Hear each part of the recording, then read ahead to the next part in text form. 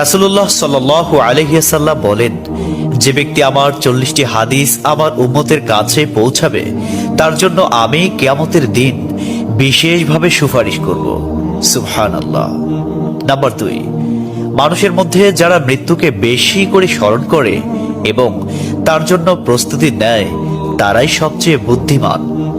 Number 3, প্রত্যেক জিনিসের জাকাত আছে, আর দেহের জাকাত হচ্ছে রোজা।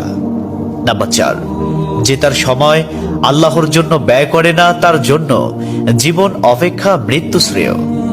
নাম্বার 5, যারা সব সময় ইস্তিগফার তথা ক্ষমা প্রার্থনা করে তাদের সাথে উঠা বসা করুন, কেননা তাদের হৃদয় সবচেয়ে কোমল হয়। নাম্বার 6, তুমি যত সিজদা দিবে আল্লাহ তত গুনাহ তোমার মাফ করে দিবেন। সুবহানাল্লাহ। নাম্বার 7, সূরা ফাতিহা প্রায় 1000 রোগের ওষুধ।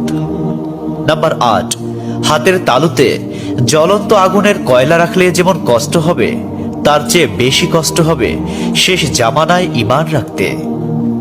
নাম্বার 9, রোজাদারদের জন্য প্রতিদিন জান্নাতকে সুসজ্জিত করা হয়। সুবহানাল্লাহ।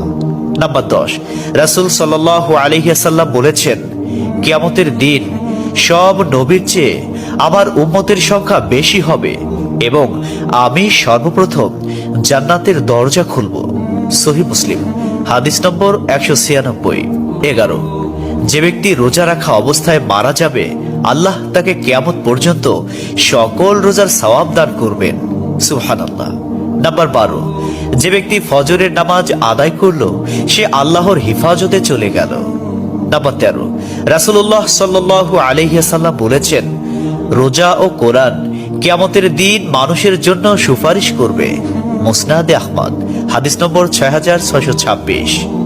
14, নবীজি বলেছেন, রোজাদারদের জন্য সবচেয়ে বড় খুশির সংবাদ হলো হাসরের মাঠে আল্লাহ সবার আগে রোজাদারদের সাথে সাক্ষাৎ করবেন। সুবহান।